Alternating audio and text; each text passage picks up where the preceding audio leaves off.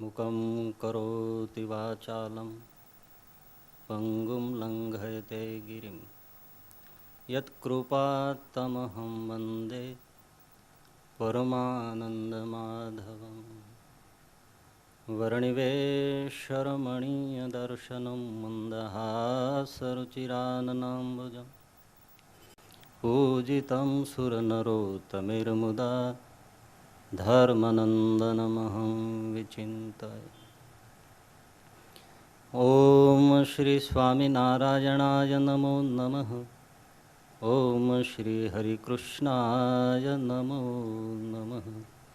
ઓમ શ્રી પૂર્ણપુરુષોત્તમાય નમો નમઃ. આજે આપણે ગરડા પ્રથમ પ્રકરણનું 47મું વચનામૃતમ વાંચ્યું.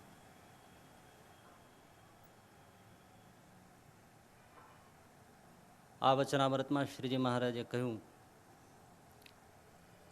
કે ભગવાનના ભક્તો હોય તેમાં કોઈને ધર્મનિષ્ઠા પ્રધાન હોય, એટલે કે ધર્મમાં દ્રઢતા મુખ્યપણે હોય. કોઈને આત્મનિષ્ઠા પ્રધાન હોય, કોઈને વૈરાગ્ય નિષ્ઠા પ્રધાન હોય, કોઈને ભક્તિ નિષ્ઠા પ્રધાન હોય. અને ગૌણપણે તો એ સર્વે અંગ સર્વે હરિભક્તમાં હોય. જો એ હરિભક્ત હોય તો. પછી શ્રીજી મહારાજે કહ્યું કે ધર્મનિષ્ઠા વર્તતી હોય તો એના કેવા લક્ષણ હોય એ વિગતવાર સમજાય. આત્મનિષ્ઠા હોય, વૈરાગ્ય નિષ્ઠા પ્રધાનપણે હોય કે ભક્તિ નિષ્ઠા પ્રધાન હોય તો તે વ્યક્તિના લક્ષણો કેવા હોય એનું સ્પષ્ટપણે નિરૂપણ શ્રીજી મહારાજે કરી બતાવ્યું. પછી છેલ્લે એમ કહ્યું કે આ વાર્તા છે એ તો દર્પણ તુલ્ય છે, એટલે કે અરીસા જેવી છે. અરીસામાં સૌને પોતપોતાનો યથાતથ ચહેરો દેખાય છે. એવી રીતે આ શ્રીજી મહારાજની વાર્તાને જો ધ્યાનપૂર્વક શ્રવણ કરે, મનન કરે તો પોતે કેવો છે એ દેખાય આવે. ધર્મમાં રુચિ છે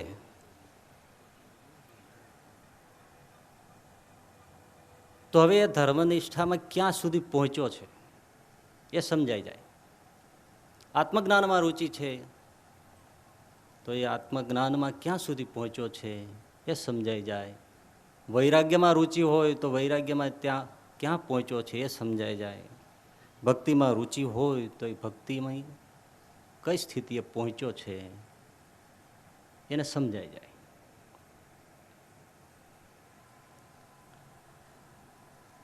તો ચાર નિષ્ઠા, એમાંથી આજે આપણે પ્રથમ આત્મનિષ્ઠા વિશે થોડું સમજીશું. આત્મનિષ્ઠા વિશે શું કહ્યું છે પહેલાં થોડું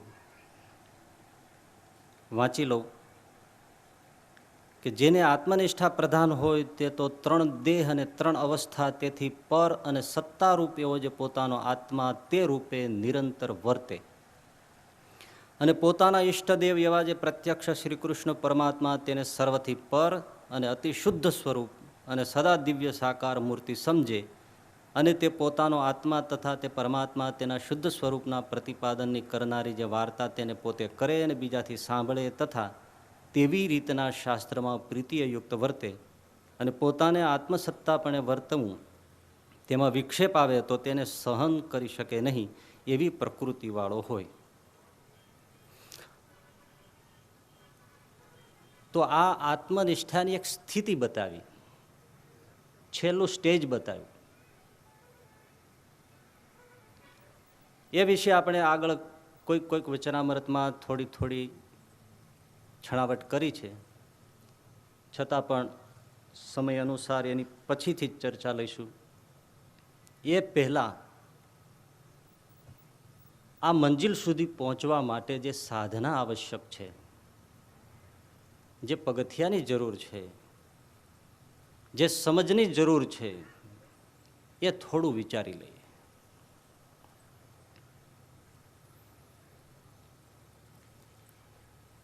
તો કઠોપનિષદમાં એક સુંદર પ્રસંગથી શરૂઆત થાય છે. ઉદાલક ઋષિ વિશ્વજીત નામે યજ્ઞ કરે છે. યજ્ઞમાં જે બ્રાહ્મણો આવે છે એને ગૌદાન કરે છે. પરંતુ ઋષિ એવું દાન ગાયોનું કરે છે કે જે ગાયો દૂધ આપી ચૂકી છે, વસુકી ગઈ છે, ઘરડી થઈ ગઈ છે, એવી ગાયો ગોતી ગોતીને બ્રાહ્મણોને દાનમાં આપે છે. હકીકતમાં દાન શ્રેષ્ઠ વસ્તુનું હોય અને ઉપયોગી વસ્તુનું હોય. પરંતુ ઉપનિષદ આપણા માનવ સમાજની એક જે સહજ પ્રકૃતિ છે એનું સુંદર નિરૂપણ કરે છે. મોટે ભાગે એવી વૃત્તિ હોય કે જ્યાં સુધી કોઈ પણ વસ્તુ ઉપયોગી હોય ત્યાં સુધી એનો પોતે ઉપયોગ કરી લેવો. પછી જ્યારે બિન ઉપયોગી થઈ જાય ત્યારે લોકો વિચારે કે હવે મંદિરમાં આપી દો. તમે જોજો, કોઈ સારી ગાડી લઈ આવે પછી ક કાઢી લે પછી કે હવે ગુરુકુળમાં દઈ દો. ભલે બિચારા રિપેરિંગ કર્યા રાખે. યુવાન હો, આપણે યુવાન હોઈએ, જેષ્ઠ ભરપૂર હોય, આમ રસકસ શરીર યૌવનમાં, અંધારામાં અધગાવ દેખાતું હોય, એવી તાકાત હોય, ચાલતો હોય તો ધરતી ધ્રુજતી હોય, એવી શારીરિક સૌષ્ઠવતા હોય, ત્યારે સંસાર ભોગમાં એનો ઉપયોગ કરીએ યુવાનનો, શરીરનો. અને સાવ ખખડીને ખોખું થઈ જાય એટલે પછી મંદિરે જઈને બેહે અને ભગવાનને કહે લે ઠાકર હવે તું મારું દર્શન કર. કારણ એને દેખાતું ન હોય, ન આંખે દેખાય ન કાને સંભળાય, ત્યારે ઠાકોરને મંદિરે જઈને બેસે. એ ઘરમાં રહેવા ન દેતા હોય એટલે બેસે. ઉપયોગી હોય ત્યાં સુધી આપણે પોતાના સ્વાર્થમાં, સંસારના ઉપભોગમાં દરેક વસ્તુનો ઉપયોગ કરીએ છીએ. નિરુપયોગી થઈ જાય ત્યારે આપણે દાન કરીએ છીએ. એ વૃત્તિનું અહીંયા ઉપનિષદ ઉદ્ઘાટન કરે છે. એક દરબારને ત્યાં ગાય હતી તો ગાય મરવા પડી, આડી પડી ગઈ, આંખો ફાટી ગઈ, જીભ નીકળી ગઈ, પૂંછડું હલાવે એટલી તાકાત રહી નહીં ગાયમાં, ઊભી થવાનો તો કોઈ પ્રશ્ન જ નથી. અને દરબાર દોડ્યા જટાશંકર મહારાજ ગોરદાદા પાસે ગામમાં કે ભૂદેવ પધારો મારે ઘેરે. તો કેમ? તો કે મારે ગાયનું દાન કરવું છે. ગોર બાપા રાજી થઈ ગયા, ગૌદાન મળતું હોય કોણ ના આવે. પૂજા પણ સામાન લઈને જેવા આવ્યા ને ગાયને જોઈને ત્યાં ગોરદાદા અવાક થઈ ગયા. દરબાર કે હાલો હાલો જલ્દી સંકલ્પ કરાવો, પૂછડું લ્યો હાથમાં. ગોર બાપા કે મારે નથી ગૌદાન લેવું. અરે તમારે લેવું નથી પણ મારે દેવું એનું શું? હાલો હાલો ઝટ કરો, મુહૂર્ત વયું જાય છે. એ હાથમાં પૂછડું પકડાયું, ગૌદાનમ સમર્પયામી એમ જ્યાં બોલે ત્યાં ગાય મરી ગઈ. ગઈ. દરબારને એ મુહૂર્ત વયું જતું હતું, બીજું કોઈ નહોતું. પછી દરબાર કે ગોર મહારાજ હવે આ દાનમાં મેં તમને આપી એટલે ગાય તમારી કહેવાય, હવે આને લઈ જાઓ. ગોર બાપા ક્યાં મરી ગઈ છે? મરેલી હોય કે જીવતી તમારી છે, અહીંથી ઉપાડો. ગોર દાદાએ ઉપાડવાના 100 રૂપિયા આપવા પડ્યા. આને દાન ન કહેવાય, આને નિકાલ કર્યો કહેવાય. ઉત્તમ વસ્તુનું દાન અપાય, ઉપયોગી વસ્તુનું દાન અપાય. વસુકી ગયેલી વૃદ્ધ ગાયો આપે છે ત્યારે એનો પુત્ર ઋષિનો નચિકેતા, એને વિચાર થયો કે મારા પિતાજી ખોટું કામ કરે છે, આનાથી દુર્ગતિ થશે, પણ બાપુજીને કહેવું કેમ? એટલે વિચારે છે કે કદાચ પુત્ર મોહ દરેક સંસારીઓને હોય, એટલે એને એમ હોય કે મારી પાછળ દીકરો છે તે દીકરાને માટે શું બચશે, એટલે થોડું બચાવતા હોય. પણ વિશ્વજીત યજ્ઞ છે એમાં સર્વસ્વનું દાન કરે એને વિશ્વજીત યજ્ઞ કહેવાય. એટલે વિવેકથી પ્રશ્ન કર્યો કે પિતાજી તમે મને કોને દાનમાં આપશો? જો દીકરાને જ આપી દેવાનો હોય તો પછી કાંઈ કોઈ બચાવવાની જરૂર રહેતી નથી. પિતાજી તમે મને કોને દાનમાં આપશો? ઉદાલક ઋષિ પિતાજી સમજી ગયા, ધ્યાન આપ્યું નહીં, બીજી વાર પૂછ્યું, ત્રીજી વાર પૂછ્યું, એટલે ક્રોધ ચડ્યો. પછી તમને ખબર છે બધા આંબળામાં બધે રિવાજ છે, માની પાછળ બહુ છોકરું લાગે ને કંઈ વેન કરે, હઠ કરે, પછી બોલે મરીને મારા રોયા. મરી જાય એવું ઈચ્છે નહીં, પણ આ એક હડસેલવાની પદ્ધતિ.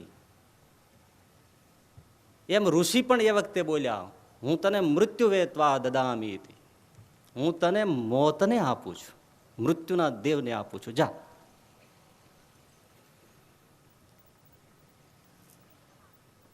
હું મૃત્યુને આપું છું તને. એ જ અર્થ થયો મરને મારા રોયા એમ.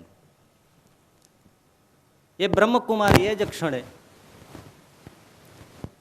યમરાજ ધર્મદેવને મળવા માટે ચાલી નીકળ્યા, સદેહે ચાલી ગયા.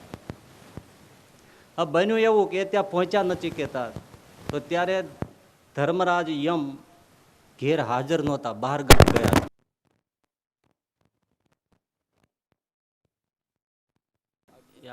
ત્યાં ગયા ને એનો પ્રભાવ છે.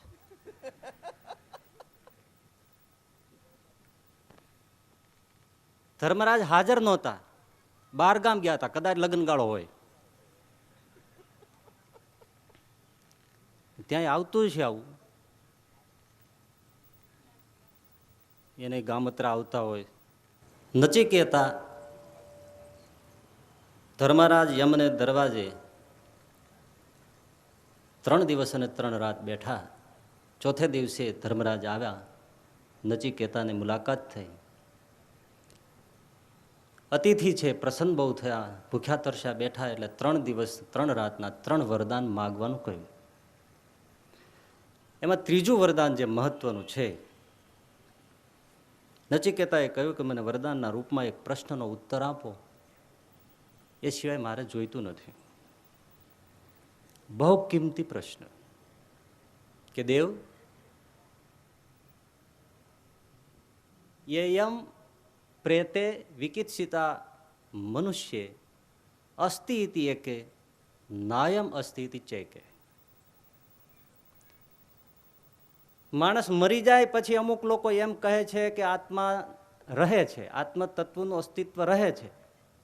ત્યારે કોઈ કેમ કહે છે કે શરીરના મૃત્યુ સાથે બધું સમાપ્ત થઈ જાય છે, કોઈ આત્મ તત્વ બચતું નથી. તો આમાં હકીકત શું છે? કારણ કે આપના સિવાય આ પ્રશ્નનો ઉત્તર યથાર્થ કોણ આપી શકશે? માટે આપ બતાવો કે શરીરના મૃત્યુની સાથે બધું સમાપ્ત થઈ જાય છે કે પછી આત્મા જેવું કોઈ અસ્તિત્વ રહે છે? અતિ કિંમતી જીવનના પાયાનો આ પ્રશ્ન છે. જો તમે વિચારશો તો કિંમતી લાગશે, નહીં વિચારો તો કંઈ કામ નહીં આવે. કારણ કે આ પ્રશ્નના આધાર ઉપર જ પૂરી આપણી આધ્યાત્મિકતા ઉભેલી છે. જીવનનો સુંદર મોડ મળતો હોય તો આ પ્રશ્નના ઉત્તરમાં છે.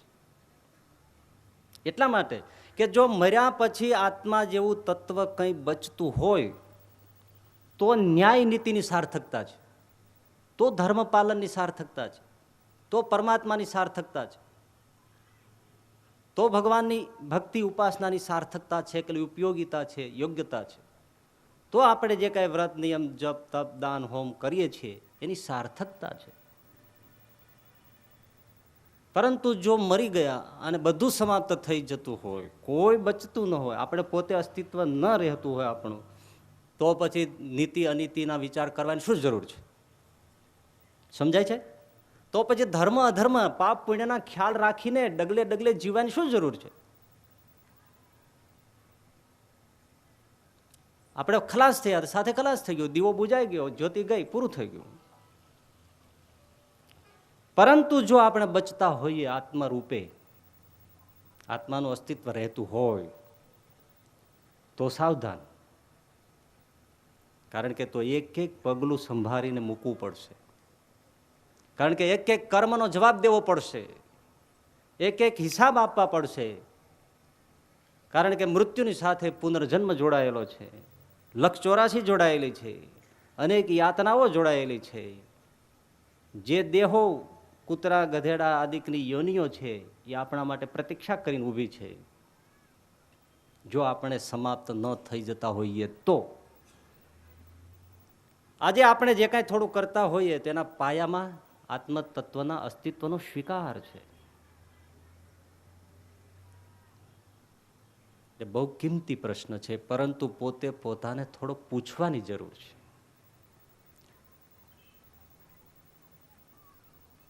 તો નચિકેતા કે અમુક લોકો કહે છે કે બચે છે અને અમુક કહે છે કે નથી આત્માનું અસ્તિત્વ રહેતું, એનો ઉત્તર મને આપો. નચિકેતાને ધર્મરાજ ઉત્તર આપે એના પહેલા આ અત્યારે પ્રવર્તમાન સ્થિતિમાં સાંપ્રત કાળમાં જે વિદ્વાનો ચર્ચા કરતા હોય છે અને એમાંથી થોડી આપણને ઉપયોગી સમજાય એટલી ચર્ચા લઈ લઈએ. તો આજે ઘણા લેખકો, વિદ્વાનો, ચિંતકો એવું કહે છે કે આત્મા જેવું શાશ્વત નિત્ય તત્વ છે જ નહીં. આ શરીરમાં કોઈ એવું તત્વ નથી, પરંતુ એક રાસાયણિક પ્રક્રિયાથી પેદા થતી ચેતના માત્ર આપણું અસ્તિત્વ છે.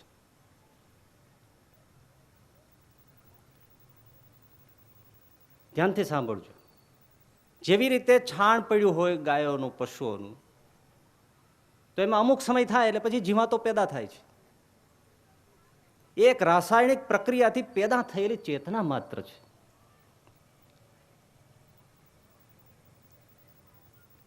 અને જેમ બેટરીમાં સેલ હોય છે એમ એની અંદર પાવર હોય છે. તો પાવર વપરાઈ જાય એટલે ડ્રાય બેટરી ખાલી થઈ જાય. પછી એ આપણે સેલની કોઈ સ્મશાન યાત્રા કે વિધિવત વેદ મંત્રોથી અગ્નિ સંસ્કાર કરવાની જરૂર નથી.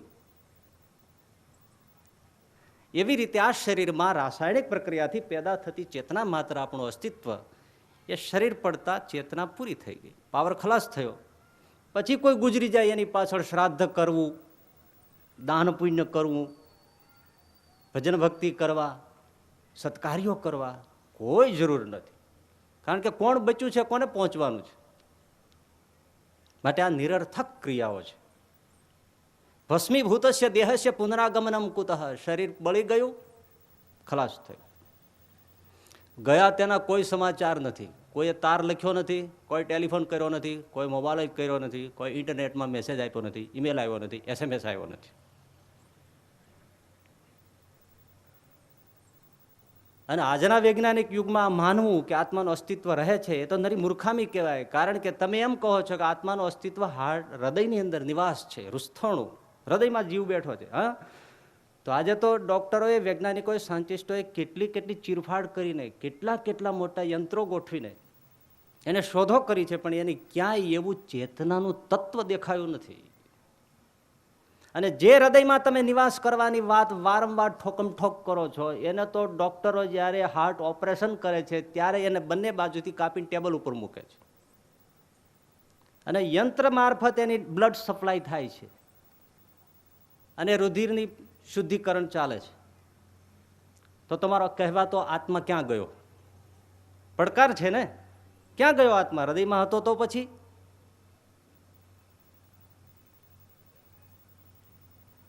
એટલે કોઈ હૃદયમાં એવું આત્મતત્વ નિવાસ કરતું હોય એ આજના યુગમાં સિદ્ધ થતું નથી. માટે ખાઓ પીઓ, મોજ કરો, ડ્રિંક, ઈટ, બી મેરી અને મરી જાઓ.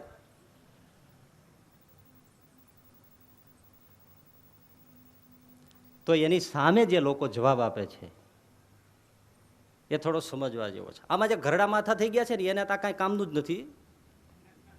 પણ જે આજની ઉછળતી પેઢી છે એને જો આમાંથી ક્યાંય એકાદ હિન્ટ મળી જાય તો એનો જીવ બચી જાય. તો અમુક લોકો એમ કહે છે કે ભાઈ તમે એમ કહો છો કે આ એક આત્માનું અસ્તિત્વ નથી, પણ પેદા થતી રાસાયણિક પ્રક્રિયાથી એક ચેતના માત્ર છે. તો એ વાત સદંતર ખોટી છે. તમે એમ કહો છો કે છાણમાંથી જેવી રીતે જીવાતો પેદા થાય છે એવી રીતે એક ચેતના પેદા થાય છે. રાસાયણિક પ્રક્રિયાથી ચેતના પેદા થતી નથી મુરબ્બી, પરંતુ એક બોડી પેદા થાય છે, શરીર પેદા થાય છે. રાસાયણિક પ્રક્રિયાથી શરીર માત્ર પેદા થાય છે. આત્મા તો એમાં પરમાત્મા પ્રવેશ કરાવે છે, પરમાત્મા એમાં આત્મા મૂકે છે. બાકી રાસાયણિક પ્રક્રિયાથી આત્મા પેદા થતો નથી. અને તમે જે છાણમાં જીવાતો પેદા થાય છે એને રાસાયણિક પ્રક્રિયા કહો છો, એવી તો શાસ્ત્રોમાં ઋષિઓએ પહેલેથી જ શાસ્ત્રોમાં કહેવાયેલું છે કે 4 પ્રકારે યોની છે. સ્વેદજ, જરાયુજ, અંડજ, ઉદ્ભીજ. એમાંની આ સ્વેદજ યોની છે. ભાપ, પસીનો, એ સ્વેદમાંથી આ પેદા થતી યોનિઓ છે. એ તો કુદરતે નિર્મિત કરેલી એ પદ્ધતિ છે. ગાયો ભેંસો આદિ પશુઓ હોય છે તો એમના પણ પસીનામાંથી પણ ઈતળી આદિ જીવાતો પેદા થાય છે. આ માણસનું શરીર હોય છે, ઘણાને મોટા મોટા વાળ હોય છે, એમાંય પસીનો થાય. એને જો સાફ ન કરે તેની અંદર જૂ લીક ટોલા પડે જ છે. એ તો એક પેદા થવાની પ્રક્રિયા છે, દેહ પેદા થવાની પ્રક્રિયા છે. અને એમાં જે નક્કી કુદરતે કર્યું છે એ જ જીવાત પેદા થાય છે. માથાની અંદર જૂ ટોલા પડે, પસીનો છે એટલે. પણ ક્યારેક કોઈના માથામાં લીમડો ઉગ્યો? આ બગલમાં પરસેવો વળે છે, બોલો એમાં પીપળો ડોકું કાઢ્યું? કોઈની ડૂટીમાંથી બટાટાનો છોડવો ઉગ્યો? એ જૂ લીક ટોલો જ થાય. એ કુદરતી પ્રક્રિયા છે. અનેક પ્રકારની વનસ્પતિઓ છે. કોઈ વનસ્પતિનું તમે પાંદડું રોપો એવો જ છોડ થાય, કોઈના રસના બે બૂંદ નાખો એવો જ છોડ થાય, કોઈનું તમે મૂળ કાપીને રોપો એવો જ છોડ થાય, કોઈને ગ્રંથિ કાપીને નાખો એવો જ છોડ થાય, કોઈની ડાળી કાપીને નાખો એવો જ છોડ થાય. કોઈ ઉભય વર્ગી હોય, બીજથી પણ ઉગે, ડાળખીથી પણ ઉગે. અને કલમ પદ્ધતિ તો દરેક ઝાડની થાય. કલમી આંબો પણ થાય, દરેક વસ્તુ કલમથી થાય. એટલે આજે જે ક્લોનિંગ પદ્ધતિ છે, કાર્બન કોપી જે પશુ પક્ષીનો માણસોની બને છે લેબોરેટરીઓમાં, એ બીજું કશું નથી. એમાં કઈ મિસગાઈડ થવાની જરૂર નથી. એ કલમી માણસ છે, કલમી ડોલી ઘેટી છે, માણસની કલમ કરી છે. તાજું બી જરૂર છે, પરંતુ આત્મા પેદા કર્યો છે એવું નથી.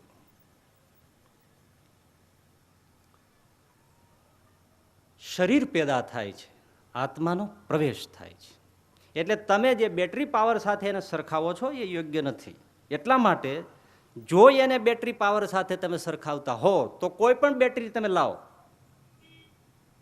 એનું મશીન આવે, તમે માપી દો અને તમે બરાબર કેલ્ક્યુલેશન કરીને કહી શકો કે આ 7 કલાક ચાલશે, 8 કલાક ચાલશે, અને ચાલે જ. તો જો એ રીતે જ આમાં ઉર્જા પેદા થતી હોય, ચેતના પેદા થતી હોય, તો એ કેમ નક્કી નથી કરી શકાતું કે આટલા જ વર્ષ આ માણસ ચાલશે? સેલ હોય તો પછી માપી શકો. જતરડા જેવો જુવાન હોય, ધુંબો મારે ને ધરતીમાંથી પાણી કાઢે એવો માણસ હોય ને એક એક સેલ ઉર્જાથી ધબકતો હોય અને કંઈ સમજ ના પડે સૂઈ જાય. પાવર તો હજી ભર્યો છે, આપણને એમ લાગશે મળદું ઉછળશે. તો માપો એમાં ક્યાં ગઈ ચેતના? તમારી બેટરીની જે તમે કહો છો સ્ટાઇલ, એક એક સેલ ઉર્જાથી ભરેલો છે. બીજી બાજુ તમે જુઓ કે 90, 80, 98 વર્ષના વૃદ્ધ ડોસા હોય, ગંધાઈ ગયું હોય શરીર, સડી ગયું હોય, એકેય સેલ સાબુત ન હોય છતાં મરતો નથી. એ ડહકલે તો આખું ઘર એકાદશી દે તોય પાછો બાપો કે હા ખીચડી દ્યો ને, એ જાતો નથી. આમાં એક પણ સેલમાં ઉર્જા નથી છતાં એ મરતો નથી. અને જેનું ઉર્જાથી ભરેલું શરીર છે એ મરી જાય છે. માટે એને તમે બેટરીની ઉર્જા સાથે સરખાવો એ ખોટું છે. અને તમે એમ કહો કે હાર્ટમાં નિવાસ કરે છે, રૂસ્થોણું જીવ છે, તો પછી હાર્ટ ઓપરેશન વખતે એ હાર્ટમાં રહેલો જીવ ક્યાં ગયો? જી, પહેલી વાત તો એ છે કે તમે શાસ્ત્રને સમજ્યા વગર વિધાન કરો છો. હૃદયમાં જીવ રહે છે એવું જે માનવું એ ભૂલ ભરેલી વાત છે. કારણ કે શાસ્ત્રોમાં જ વર્ણન છે અને અનુભવથી પણ આપણને સમજાય છે કે ખાલી હૃદયમાં જીવ નિવાસ નથી કરતો, આત્મા પ્લેસ બદલે છે. સુષુપ્તિમાં એ હૃદયસ્થ હોય છે, સ્વપ્ન અવસ્થામાં કંઠ પ્રદેશમાં હોય છે, અને અત્યારે આપણે બેઠા છીએ ત્યારે ઓફિસમાં બેઠા છીએ, અહીંયા ભ્રૂ મધ્યમાં. આ ઓફિસ કાર્યાલય છે. અત્યારે જીવ અહીંયા છે, આત્મા અહીંયા બેઠો છે. એટલે ચલિત થાય છે. હૃદયમાં જ જીવ રહે છે એવું વિધાન અર્ધું સત્ય છે.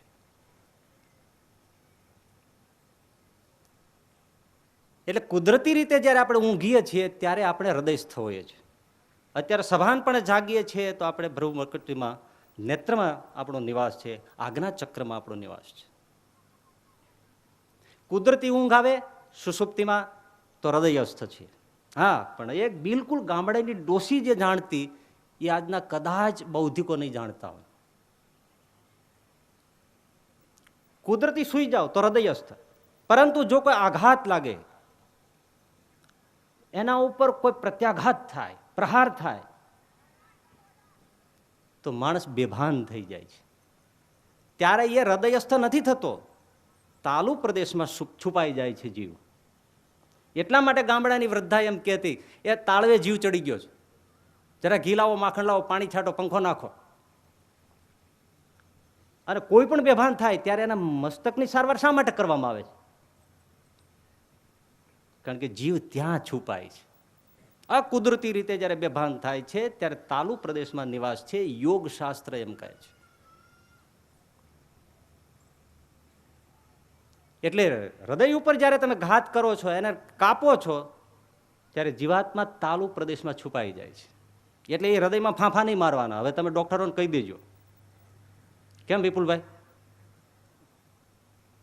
તાલુ પ્રદેશમાં છે, મસ્તિષ્કમાં છે, બ્રહ્મરંધ્રમાં છે, જીવ ત્યાં છુપાય છે. અને નોર્મલસી જ્યારે સ્થપાય છે એટલે જીવ પાછો ફરે છે અને બધું તપાસી લે છે. ઓકે છે તો રહે છે, નહીં તો જાય છે.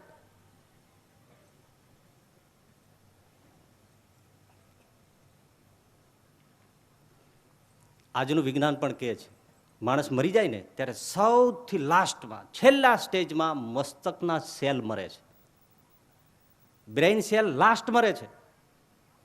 બિલકુલ વૈજ્ઞાનિક વાત છે. એટલે લગભગ ઘણા કેસમાં તો જીવ ત્યાં હોય ને આપણે અગ્નિ સંસ્કાર કરી નાખીએ છીએ. અને ઉતાવળ હોય ને બાપા જાય એની, એટલે ત્યાં છુપાય છે. એટલે તમે જોજો, હાર્ટ ટ્રાન્સપ્લાન્ટેશન થાય છે, બ્રેઇન ટ્રાન્સપ્લાન્ટેશન અશક્ય છે. એટલે જીવ ત્યાં છે. એટલે ચેતના સ્વતંત્ર, અખંડ, નિત્ય, શાશ્વત એવું આત્મતત્વ નથી એવું નથી, છે. તો પાછો તમે એમ પૂછો છો કે હોય તો અમારી લેબમાં પ્રૂવ કેમ નથી થતું? ઓકે, તમારી લેબોરેટરીમાં પ્રૂવ થાય એટલે માનો. યસ, અમે માનીએ, સ્વીકારી લઈએ. 101% સાયન્ટિસ્ટની લેબોરેટરીમાં ચેક થાય કે આત્મા જેવું તત્વ છે, તમે માની લઈએ. તો અમે પરમાત્મા સ્વીકારી લઈએ, અમે તમામ ધર્મગ્રંથોને સ્વીકારી લઈએ. વૈજ્ઞાનિકો જેવું પ્રૂવ કરે બધું તમે સ્વીકારી લો, તો બધું સ્વીકારી લઈએ, કારણ કે એ તો સામે સાબિત થયેલી વાત છે. ઓકે, હા, તમાકુ, સિગરેટ, ગુટકાથી કેન્સર થાય છે, સ્વીકારેલી વાત છે કે નહીં સાયન્સથી? તો કેટલાય છોડ્યા છે. પ્રૂવ થયેલી વાત છે કે આનાથી કેન્સર થાય છે, મરી જાય છે. મેં એવા 2-3 ડોક્ટરો પણ જોયા છે કે જેણે ગુટકા તમાકુ ખાઈને જડબાનું ઓપરેશન કરાવ્યા છે અને 1/4 જડબા રહ્યા છે, આમ વાંકા થઈ ગયા. ચેઇન સ્મોકર ડોક્ટર જોયા છે, એને નથી ખબર કે લેબોરેટરીમાં પ્રૂવ છે કે આનાથી કેન્સર થાય છે. તો તમે કઈ વાત સ્વીકારી? બજારો ખાણી પીણી ખાવા જેવી નથી, ચેક થયેલી વસ્તુ છે સાયન્સ, છતાં લોકો ખાય છે. એઇડ્સ કઈ રીતે થાય છે એ વૈજ્ઞાનિક પ્રૂવ છે. કેટલા પાછા વળ્યા. ભૈયા, સ્વીકારવું નથી એટલે સ્વીકારતા નથી. વિજ્ઞાન તમને પ્રૂવ કરી દે કે એ રહા આત્મ ચૈતન્ય, તો પણ તમે સ્વીકારશો નહીં. અને આજના એવા ઘણા વૈજ્ઞાનિકોએ શોધ કરી ચૂક્યા છે, કરે છે, ચાલુ છે. કિર્લિયન યંત્રથી હજી એની શોધ ચાલુ છે. તેમ છતાંય ઘણા માણસો મરી ગયા હોય, થોડો સમય ડેડ રહ્યા હોય અને પછી પાછા જીવિત થયા હોય, એવાના પણ અનુભવો વૈજ્ઞાનિકોએ નોંધ્યા છે. કે અમે શું જોયું? અમે શરીરથી જુદા પડ્યા છીએ, અમે કોઈ જુદો લોક જોયો છે, અમે અમારા શરીરને જોયું છે, અમારા રડતા સ્વજનોને જોયા છે. તો કોણે જોયા? તો આ વૈજ્ઞાનિકોએ પ્રૂવ કરેલી વસ્તુ છે. તમે કેમ સ્વીકારતા નથી? તો એને કેમ કહો છો કે ખાલી માનસિક પ્રભા છે, સ્વપ્ન અવસ્થા છે? ચાલો, હિપ્નોટિઝમ પદ્ધતિથી આજે ગત જન્મોની બધી યાદ પાછી લાવવામાં આવે છે અને પાછળના જન્મોની એ આખી ચેન બતાવે છે. હે ને? ક્યાં હતો, કોણ હતા, શું થયું, કેમ મૃત્યુ થયું, બધું બતાવે છે. અરે ભાઈ, તાજુબીની વાત તો એ છે કે જે અજ્ઞાત ભાષા છે, કે જે ભાષા કોઈ જાણતું ન હોય, એ પ્રદેશ સિવાય ક્યાંય બોલાતી ન હોય અને આ માણસે ક્યારેય સાંભળી ન હોય એવી કડકડાટ ભાષાઓમાં એ નિરૂપણ કરે છે. એનો અર્થ શું છે? કે એની ચેતના પાછલા જન્મોમાં અસ્તિત્વમાં હતી. આટલું સાબિત તો છે, પણ માનવું નથી. તો તમે શું કહો છો કે અમારી લેબમાં ચીપિયાથી અમે બતાવી શકીએ, જો પોઈન્ટ આઉટ કરી શકીએ આ આત્મા રહ્યો? કારણ કે કરોડો કરોડો માઇલો દૂર અમે જો ચંદ્ર, સૂર્ય કે બીજે ગ્રહો ઉપર અમે જોઈ શકતા હોઈએ, તો આ એક નકલી દેહમાં અમે કેમ ચૈતન્યને ન જોઈ શકીએ?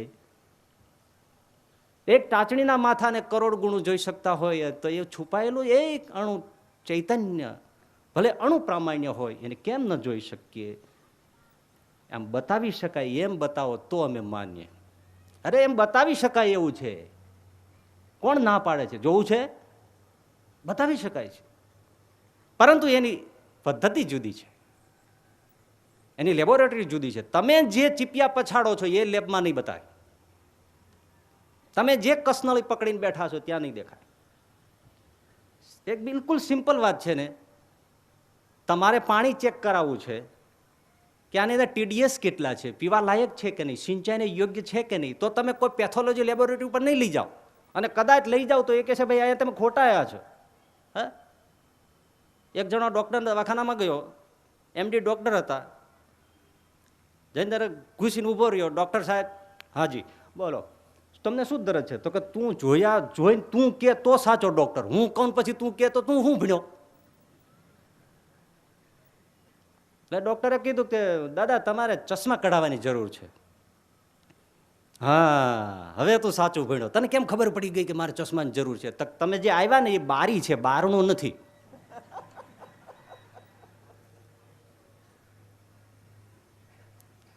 પેથોલોજી બ્લડ ચેક થાય છે ત્યાં પાણી નહીં ચેક કરી આપે. જ્યાં પાણી ચેક થાય છે ત્યાં તમે દૂધ લઈને જશો કે આમાં કેટલી મિલાવટ છે, એ કહે છે ભાઈ આ લેબ જુદી છે. જ્યાં દૂધ ચેક થાય છે, મિલ્ક ચેક થાય છે, ત્યાં તમે પેટ્રોલ લઈને જાઓ, આમાં કેટલું લેડ છે, આ છે, તે છે, એ કહે છે ભાઈ લેબોરેટરી અલગ છે, જાઓ અહીંથી ચાલ્યા જાઓ. તો અહીંયા શા માટે તમે જીદ લઈને બેઠા છો કે અમારી લેબોરેટરીમાં જ આ વસ્તુ ચેક થવી જોઈએ? ભૌતિક પદાર્થ અલગ છે, સ્પિરિચ્યુઅલ મેટર, સ્પિરિટ અલગ છે.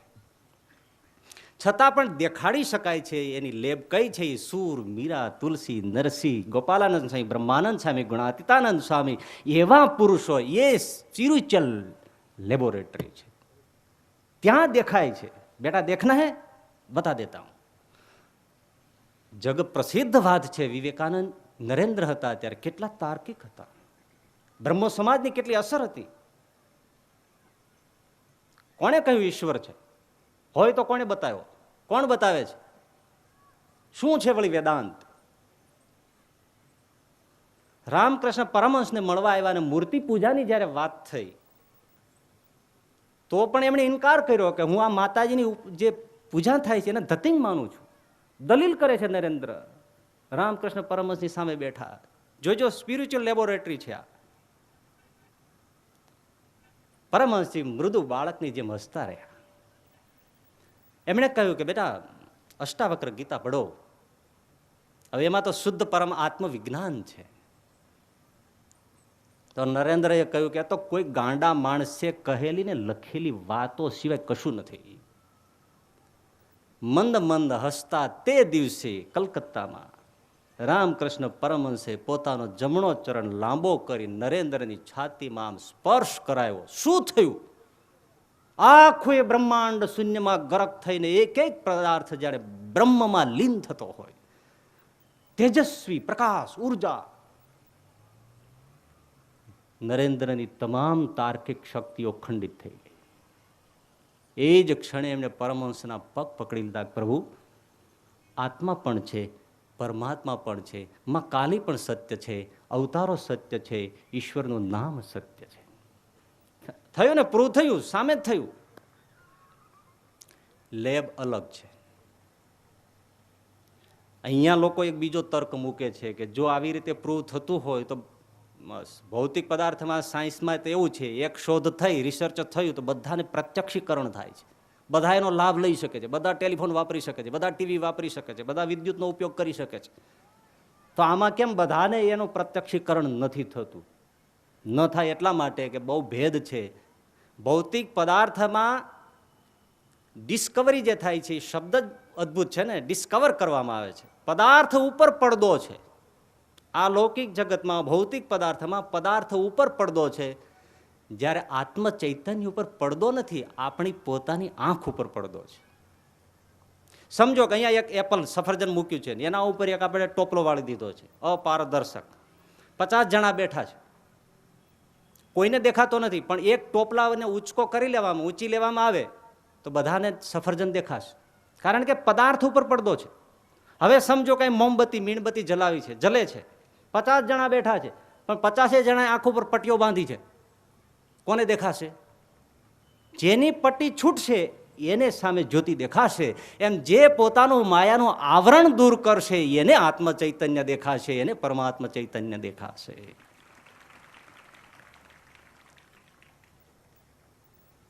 આસમાન ધરતીનો ભેદ છે. ભૌતિક પદાર્થની દુનિયા અલગ છે. કહેવાય ને કે એક જણો ડૉક્ટરે કહ્યું છે કે તમને થોડી શારીરમાં તકલીફ શું છે કળી શકતો નથી, અને મને લાગે છે કંઈ ગડબડ છે, તમે યુરિન ટેસ્ટ કરાવો. લેબોરેટરી નામ આપ્યું એટલે પેલો ત્યાં લેબોરેટરી ગયો, પણ આવડો શીશો ભરીને ગયો યુરિનનો, પેશાબનો, ટેબલ ઉપર મૂક્યો. સાહેબ લ્યો આ કરો ચેક. સાહેબે કીધું છે કે આમાં ડાયાબિટીસ છે કે નહીં જોવો. ડૉક્ટર ખીજાઈ ગયો, ભલા માણે 5 કે 10 ml જોઈએ, આટલું બધું પીપળું લઈને ના આવે. તો કે તમારામાં જેટલો જોતો એટલો લઈ લ્યો ને, શું કામ માથાકૂટ કરો મારી યાર? હું કદાચ તમારા જેટલો સમજદાર ન હોઉં તો તમે તો ભણેલા છો ને, જોઈએ એટલો લઈ લ્યો ને, આ તો છૂટમાં મળે છે. ડૉક્ટરે 5-10 ml જેવું લઈ લીધું ને એને કીધું લઈ જા, હવે 2 કલાક પછી આવી રિપોર્ટ લઈ જજે. ઓકે સાહેબ. 2 કલાક પછી આવ્યો એટલે ડૉક્ટરે સામે રિપોર્ટ ધર્યો, લ્યો ભાઈ ડાયાબિટીસ નથી, બિલકુલ નથી. પેલો કે સાહેબ સાબિત થઈ ગયું, અમારા કુટુંબમાં કોઈને નથી. એટલે શું આખા કુટુંબનો ભેળો કરીને લાવ્યો હતો. ભલામણે તમને એટલી અકલ ન હોય, એક માણસ આટલો પેશાબ ન કરી શકે.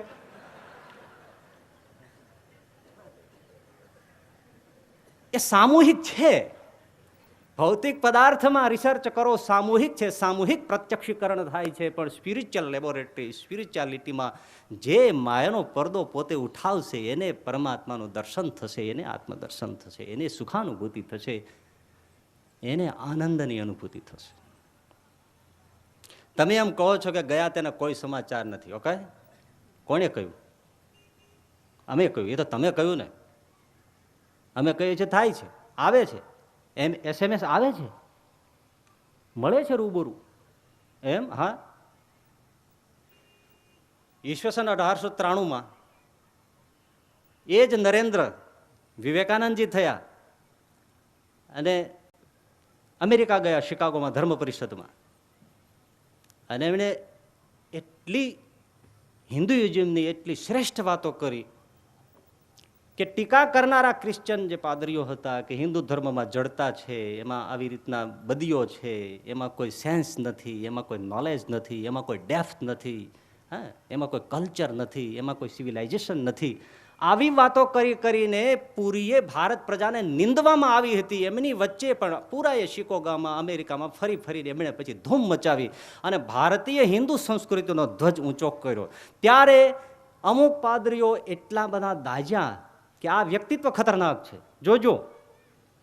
એટલે ષડયંત્ર રચ્યું અને એમને બોલાવ્યા, નિમંત્રિત કર્યા. અને એ વખતે કોફીમાં પોઈઝન, ઝેર મિલાવવામાં આવ્યું. આ તો લખેલી વાતો છે ને, કે હું તો હવામાં જ લાવતો નથી. અને એમાં પોઈઝન મેળવેલું હતું. અને કે વિવેકાનંદજીને કોફીનો પેક કપ આપવામાં આવ્યો. આપણે તો આતિથ્ય ધર્મનો સ્વીકાર કરનારા છીએ, આપણને ભાવથી આપે સ્વીકારીએ. વિવેકાનંદજી આમ બાઉલ લઈ અને જેવું મુખને અડાડવા જાય છે, લિપ્સ પાસે જેવા લઈ જાય છે, એ જ વખતે રામકૃષ્ણ પરમહંસ ઈસવીસન 1886 દિવંગત થયા હતા. એકદમ અવકાશમાં આવ્યો. વિવેક, બેટા વિવેક,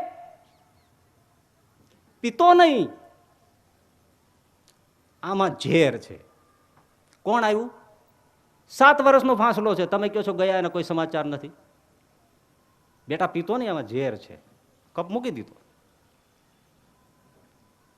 એ જ પરમહંસી જયારે અવસાન પામ્યા અને એના પછી અગ્નિ સંસ્કાર પછી એમના ધર્મપત્ની માં શારદા દેવી એમણે વૈધવ્યનો શૃંગાર કરવા માટે જ્યારે કંગણ અને મંગલસૂત્રો ઉતારવા માંડ્યા અને કંગણ ફોડવાની જ્યાં તૈયારી કરે છે ત્યાં પરમહંસ દેવ આવ્યા. અરે અરે અરે અરે શારદા, તું આ શું કરે છે? તે મારા શરીર સાથે લગ્ન કર્યા હતા કે આત્મા સાથે? હું તો આ રહ્યો. મરે તો શરીર છે, આત્મા તો અમર શાશ્વત છે. હું રહ્યો, તારે વૈધવ્યના શણગાર ન હોય. અને ઇતિહાસ લખે છે કે શારદા દેવીએ આ જીવન સૌહાગના ચિહ્નો ધારી રાખ્યા હતા. કોણ કહે છે ગયા તેના કોઈ સમાચાર નથી? આવે છે. મને એક પ્રસંગ યાદ આવી ગયો, કદાચ એ પરિવારના સંબંધીઓ પણ આ સભામાં બેઠા હશે. મુંબઈમાં એ રામકૃષ્ણભાઈ સોમૈયા છે, એ બધા ઓળખે છે, બહુ સારા સત્સંગી છે. અબજી બાપાના સાથે રહેલા સોમચંદ બાપાના બધાના સમાગમ. એ રામકૃષ્ણભાઈ, એમના પિતા શ્રી તુલસીભાઈ, એ તુલસીભાઈના ભાઈ પરસોત્તમભાઈ, એમના ભાઈ દયારામભાઈ. જોજો મજાનો પ્રસંગ. આપણને પણ આપણા આ જે પરંપરામાં બેઠા છે ને તોર ચડી જાય. કહે છે ને કે ભગવાન સ્વામિનારાયણ પ્રગટ કેમ છે? હા, પ્રગટ. હજી બેઠા છે ભાઈ, એમના પરિવારના સભ્યો અહીં બેઠા છે, એમના કદાચ જમાઈ તો આ બેઠા, જો સામે આવી ગયા છે.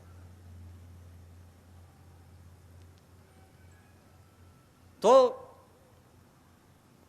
તુલસીભાઈ ધ્યાનનું અંગ, ભગવાનનું ધ્યાન કર્યા, ભગવાન સ્વામિનારાયણ અખંડ ધ્યાન કરે. એમના ભાઈ પરસોત્તમભાઈ એ સ્મરણના અંગવાળા, જપ કર્યા રાખે. એમના ભાઈ દયારામભાઈ એ આર્ય સમાજી, એટલે આ બધી બાબતોની ટીકા કરે કે આ બધું ધતિંગ છે, સાકાર ઉપાસના બધું નિરર્થક છે, કોઈ ધામ છે ને કોઈ લોક છે ને ત્યાં જવાનું છે ને પછી આવી રીતે સુખ છે, અવતારો સત્ય છે ને એની ઉપાસના કરવાથી આ બધું મળે છે, આ બધું મૂકી દો. બહુ ટીકા કરે, પણ ભાઈને નાતે કોઈ એને કહે નહીં બહુ. એમાં પરસોત્તમભાઈ જે સ્મરણના અંગવાળા હતા, એને ભગવાન સ્વામિનારાયણ અગાઉથી કહી અને કુટુંબીઓની રજા લઈને પરસોત્તમભાઈ દેહ છોડી ગયા. અગ્નિ સંસ્કાર થયો, એ જ દિવસ છે. અગ્નિ સંસ્કાર કર્યો, રાત પડી. દયારામભાઈ જે આર્ય સમાજી છે એ પોતાના કમરામાં સ્ટોપર મારીને સૂતા છે. અડધી રાત છે, એમાં એકદમ પ્રકાશ થયો. જ્યાં સામે જુએ તો કોઈ શ્વેત ધવલ પ્રકાશમાં એક વિભૂતિ ઊભી છે, એટલી જ્યોતિ. જોઈ રહ્યા તમે કોણ છો? કચ્છી ભાષા બોલતા ત્યારે, કચ્છના ને એટલે એ બોલ્યા, મૂકે ન ઓળખે, મને ન ઓળખ્યો તે, મૂકે ન ઓળખે. હા હું પસો છું. તમે મારા ભાઈ? હા. જેનો તે અગ્નિ સંસ્કાર કર્યો ને એ? હા, હું પસો. તું કહેતો હતો ને કે ધામમાં ગયું કોણ પાછું આવે છે? કયા લોક છે? શું છે આ બધું? મને ભગવાન સ્વામિનારાયણે કહ્યું કે જા, પેલો તારો ભાઈ છે એનું આપણે કલ્યાણ નથી કરવું, તું અત્યારે જાને એને કહે ધામમાં ગયેલો પાછો આવે છે, આ હું તારી સામે ઊભો છું. એકદમ દોડીને પગમાં પડી ગયા. પણ ભાઈ ઓળખાય નહીં એવું તમારું સ્વરૂપ દિવ્ય થઈ ગયું. તો કે હા, સાયુજ્ય મુક્તિ છે અમારી વિભૂતિ, આવી ચૈતન્યનો દેહ થાય છે. ભાઈ તમે સાચા, ભગવાન સ્વામિનારાયણ સાચા, નામ જપ સાચા, રામ શ્રી કૃષ્ણ આદિક અવતારો સાચા, એની મૂર્તિ પૂજા સાચી, ભાગવત આદિક શાસ્ત્રો સાચા. મારી ભૂલ એની ક્ષમા આપો. આંસુઓથી ચરણ ધોયા પછી કહ્યું કે ભાઈ, મારા ભાભી માટે તમારે કંઈ કેવું છે? તો કે હા, એમને કહેજે મેં મારું કરી લીધું, એ એનું હવે કરી લે. અને અદૃશ્ય થઈ ગયા. આખી રાત એની કેમ વીતી છે તમે કલ્પના કરજો. સવારે સૌ જ્યાં પરસોત્તમભાઈને ઘેર બધા બેસણામાં બેઠા જ હોય, ત્યારે રામકૃષ્ણભાઈ જે સોમૈયા આજે હયાત છે એ પણ ત્યાં સભામાં હતા, કારણ કે એમના બધા પરિવાર જ છે. અને ત્યારે દયારામભાઈએ આ વાત કહી કે આજ રાતે આ ઘટના ઘટી છે. તો ભાભી, જેનું નામ મણિબેન હતું, કે તમને આટલો સમાચાર આપ્યો છે, ત્યારે એમણે કહ્યું કે તો હું આજથી સાધ્વી થાઉં છું. સાંખ્ય યોગી થઈને કાલુપુર સ્વામિનારાયણ મંદિરમાં આજીવન રહી ઐશ્વર્ય પ્રતાપ બતાવીને ભગવાન સ્વામિનારાયણની સાથે ચાલી ગયા. તો આત્મ ચૈતન્ય રહે છે. પેલા નચિકેતાના જવાબનું શું થયું? આમાં આપણને થોડી ભાળ મળી કે બચતું છે. ખાલી રાસાયણિક પ્રક્રિયાથી પેદા થતી ચેતના માત્ર નથી, નિત્ય શાશ્વત તત્વ આમાં વસે છે. તો નચિકેતાને ધર્મરાજ યમ કહે છે કે બેટા, તારા પ્રશ્નનો ઉત્તર એ છે કે ખરેખર આત્મા તત્વ બચે છે. આત્માનું શાશ્વત અખંડ સ્વરૂપ છે. બેટા, જો એ ન હોય, મર્યા પછી જો કાંઈ બચતું ન હોય, તો અમારા ઓફિસને કરવાનું શું હોય? અમારો કાર્યાલય જ એના માટે છે, આખું ખાતું એના માટે છે. માટે આત્મા છે. અજો નિત્ય શાશ્વત યમ પુરાણો ન હન્યતે હન્ય માને શરીરે, બચે છે. વાત એક પોઈન્ટથી સરસ કરી. અનુપ્રવિષ્ટમ, શરીર તૈયાર થતા આત્મા એમાં પ્રવેશ પામે છે નચિકેતા. અને દૂરદર્શ છે, એ જલ્દી જોઈ શકાય એવો નથી.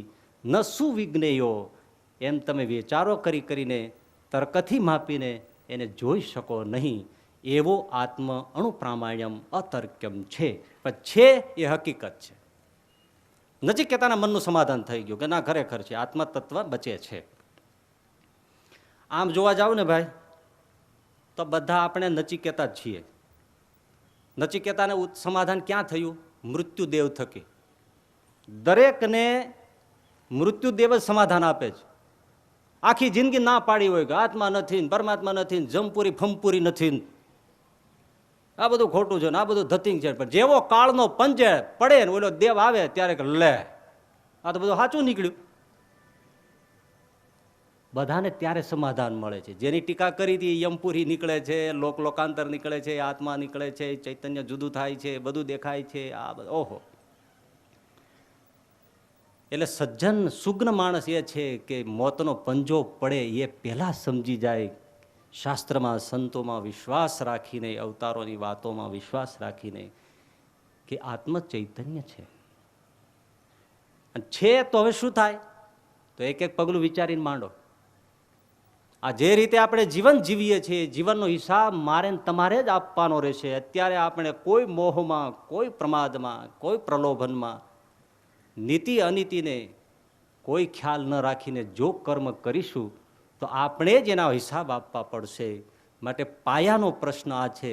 વિચારીને પોતાનો પ્રશ્ન ઉત્તર બનાવીને કે હવે મારે જો હું બચતો હોઉં તો મારે મારું જીવન બદલવું જોઈએ. આ એક વાત. બીજી વાત, બચે છે એ નક્કી થયું, તો એનું સ્વરૂપ કેવું છે? સતચિત આનંદ. અયમ આત્મા બ્રહ્મ, હું આત્મા છું. કેવું છે? સતચિત આનંદ. સત એટલે છે ને છે, બહુ ટૂંકમાં લઈશું. છે ને છે. ક્યારે આત્મા નહોતો એમ નહીં. અખંડ અવિનાશી શાશ્વત સનાતન પુરાણમ છે. નૈનમ છિંદંતી શસ્ત્રાણી નૈનમ દહતી પાવક. એને કોઈ પણ જીવ પ્રાણી, મનુષ્યને કે કોઈ પ્રાણીને તમે ગમે તેવા તીક્ષ્ણ હથિયારોથી કાપી નાખો પણ આત્મતત્વ કપાતું નથી. કોઈને ધરતીમાં દાટી દો તો એ સડતો નથી. કોઈને પાણીમાં ડુબાડી દો તો એ સડતો નથી. કોઈને ભડભડતી અગ્નિમાં નાખી દો તો પણ આત્મતત્વ બળતું નથી. એવું સતતત્વ છે, ચિત્ત તત્વ છે, પ્રકાશમય છે, જ્ઞાન સ્વરૂપ છે, અજ્ઞાનનો લેશ નથી. અને જળમાં પ્રવેશ કરે તો પણ એને ચેતનવંતું કરે એવું ચિત્ત તત્વ છે. અને આનંદ સ્વરૂપ છે. કારણ કે બધી ઇમોશનની જે પ્રક્રિયા છે એનાથી પર છે. એને ભૂખ નથી લાગતી, એને તરસ નથી લાગતી, એને ગળપણ નથી, એને રોગ નથી, એટલે બધી પીડાઓથી મુક્ત છે. આનંદ સ્વરૂપ છે. એક જ પ્રમાણ જુઓ કે આપણે રોગી હોઈએ, ભયંકર થાક લાગ્યો હોય, પીડા હોય, વેદના હોય, કણસતા હોઈએ, એ જ વખતે જો આપણે સૂઈ જઈએ છીએ તો તાજા તરોજા થઈને બહાર આવીએ છીએ. એ રસ ક્યાંથી આવ્યો? એ સ્વસ્વરૂપના સ્પર્શનો છે. એટલે આત્મા આનંદ સ્વરૂપ છે.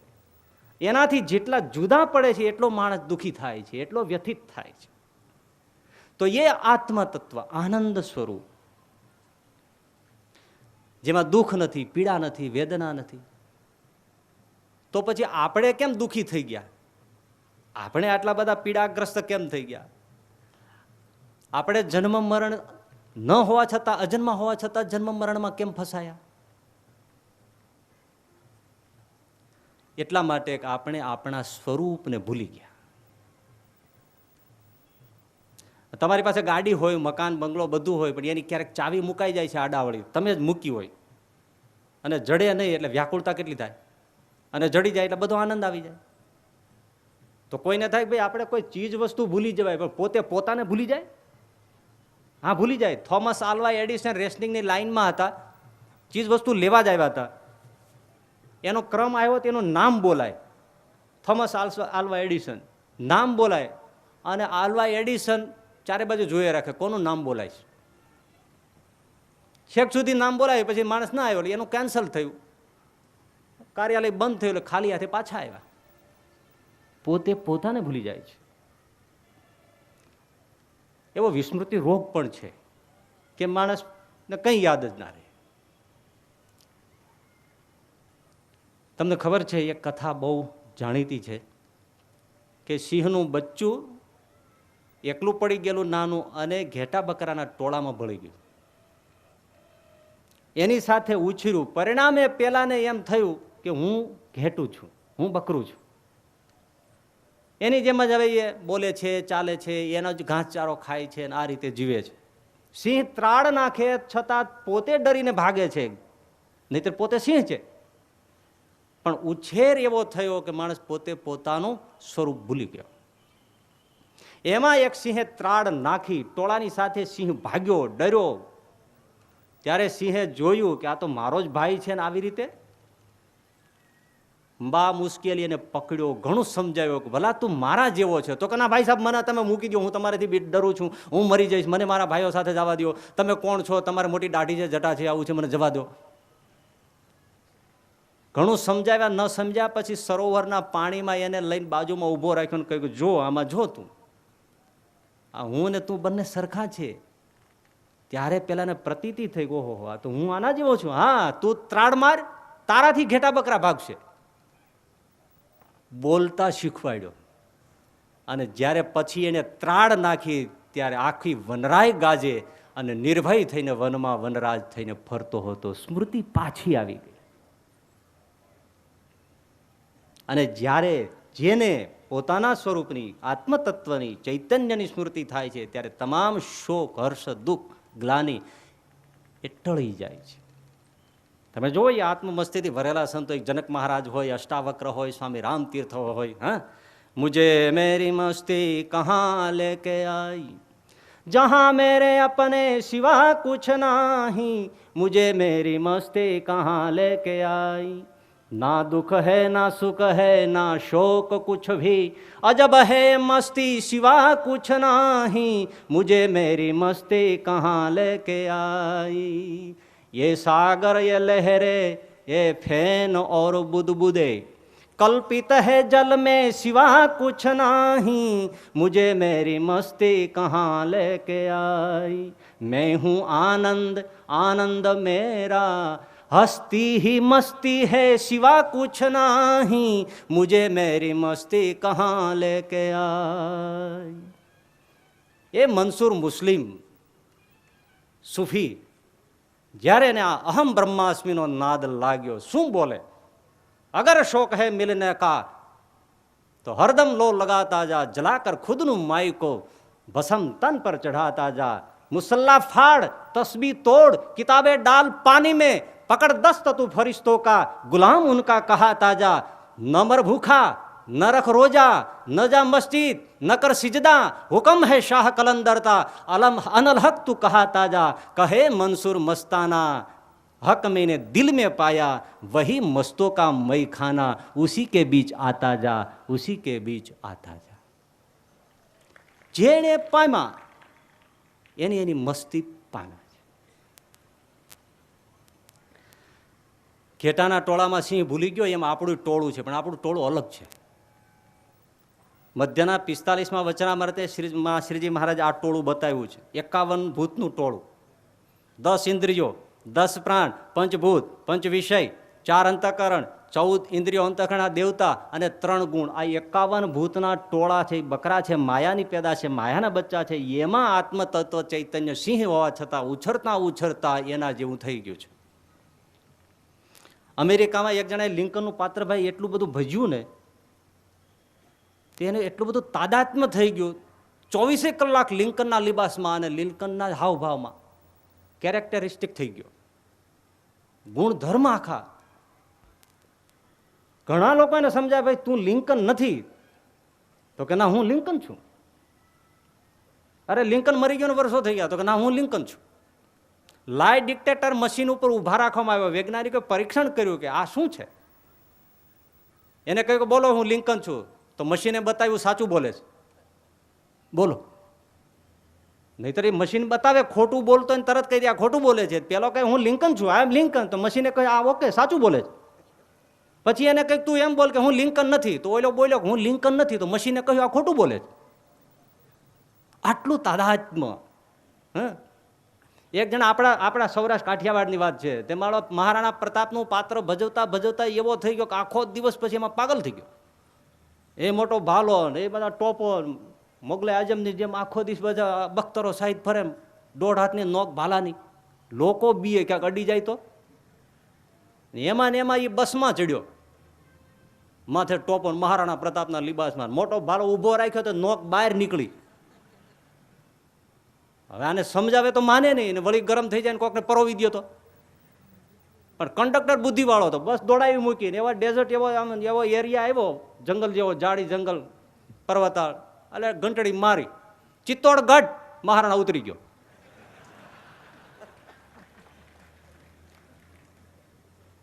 તાદાત્મ્ય થઈ ગયું છે વેશ. કેટલા જન્મના આ આપણે વેશ ભજવા છે, કેટલા વખતથી ટોળા સાથે રહ્યા છીએ, એટલે આપણને થઈ ગયું છે કે આપણે દેહ છીએ, આત્મા નથી. આ દેહના ભાવ આપણામાં એટલા તાદાત્મ્ય પામ્યા કે હવે કોઈ આપણને સમજાવે તોય પણ સાચું લાગતું નથી. તો એ સ્મૃતિ પાછી કઈ રીતે આવે? 2 જ ઉપાય છે. એક,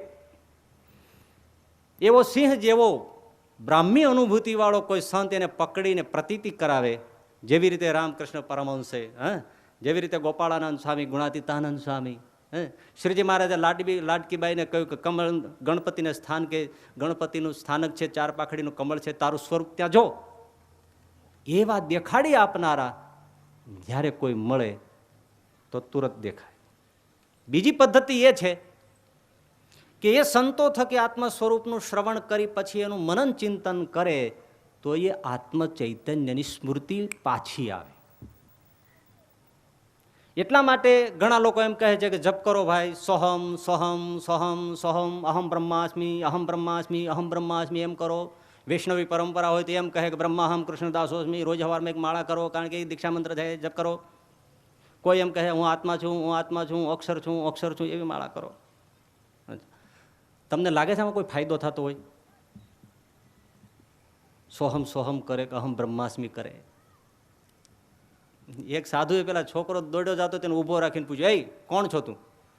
બાપજી હું તો હરિજન છું.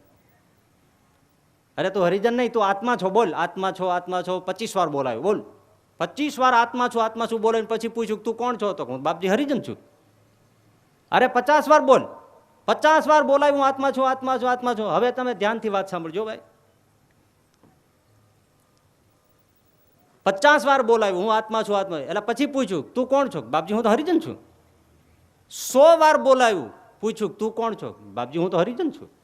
સાધુએ કહ્યું જોયું આ હરિજન પણ કેવું ઘૂસી ગયું છે, ટળતું નથી. મારે એ કેવું છે કે જપથી ફાયદો કેટલો થતો હશે? અહમ બ્રહ્માસ્મિ સોહમ સોહમથી ડાઉટફુલ છે. આપણે કહી છે કે આત્મા છો આત્મા છે, માળા કરવે ફાયદો થતો હોય, હાલો માનીએ, પણ બહુ નહીં થતો હોય. એનું કારણ શું છે? પેલા છોકરાએ હું હરિજન છું, ધ્યાનથી સાંભળજો, હરિજન છું હરિજન છું એ માળા કરી હતી, તો જેનાથી નથી આવ્યું એ એનાથી કેમ પાછું ફરે? તાળું આમ ફરે તો લોક થાય, આમ ફરે તો ખુલે. કોઈએ માળા કરી નથી છતાં હરિજન મનાઈ ગયું છે. બ્રાહ્મણ હોય, ક્ષત્રિય હોય, કણબી હોય, કોળી હોય, કોઈએ જપ લઈને સવારમાં માળા કરી છે, રાતે સૂતા પેલા હું કોળી છું, હું કોળી છું, હું કણબી છું, હું કણબી છું કરી છે? એમાં કોઈ એકાદ ઊભો થાય, અને છતાં કેવું મનાઈ ગયું છે? તો જપથી નથી મનાણું. તમે ગ્રહસ્થ છો, બોલો નાભી સુધી ગરી ગયું છે ને? તમને ક્યારે એવું સ્વપ્ન આવે હું સાધુ છું? અને જો એવું સ્વપ્ન આવે ને તો તમે 3 વાર નાઈ નાખો, મરી ગયા, આ શું છે?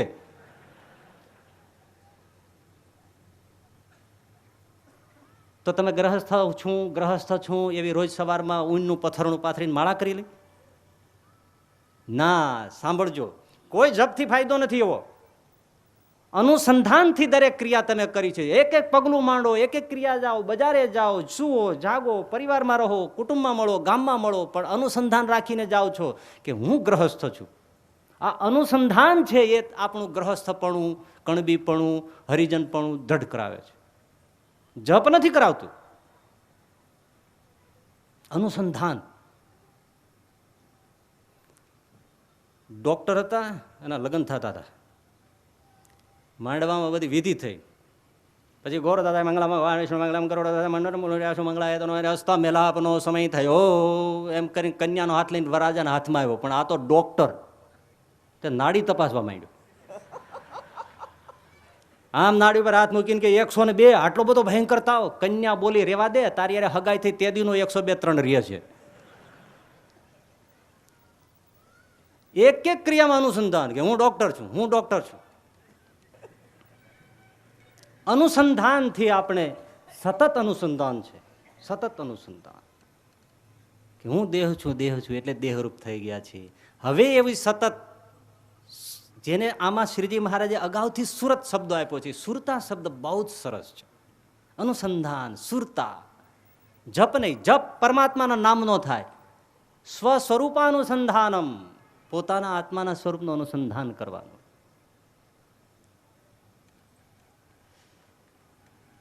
કેવી રીતે સ્થૂળ શરીરમાં અનુસંધાન? ભૂખ લાગે, તરસ લાગે, પીડા થાય, ન મળે ત્યારે પોતે એનું અનુસંધાન સતત હોય કે ભાઈ હું આત્મા છું, મને ભૂખ તરસ નથી. જો ફરક પડી જાય, કરવા જેવું છે. વૃદ્ધાવસ્થા આવી ગઈ, પોતે એમ માને કે મને ઘડપણ નથી, હું તો આત્મા છું, આ અવસ્થા મને નથી. અનુસંધાન પ્રવેશ કરે.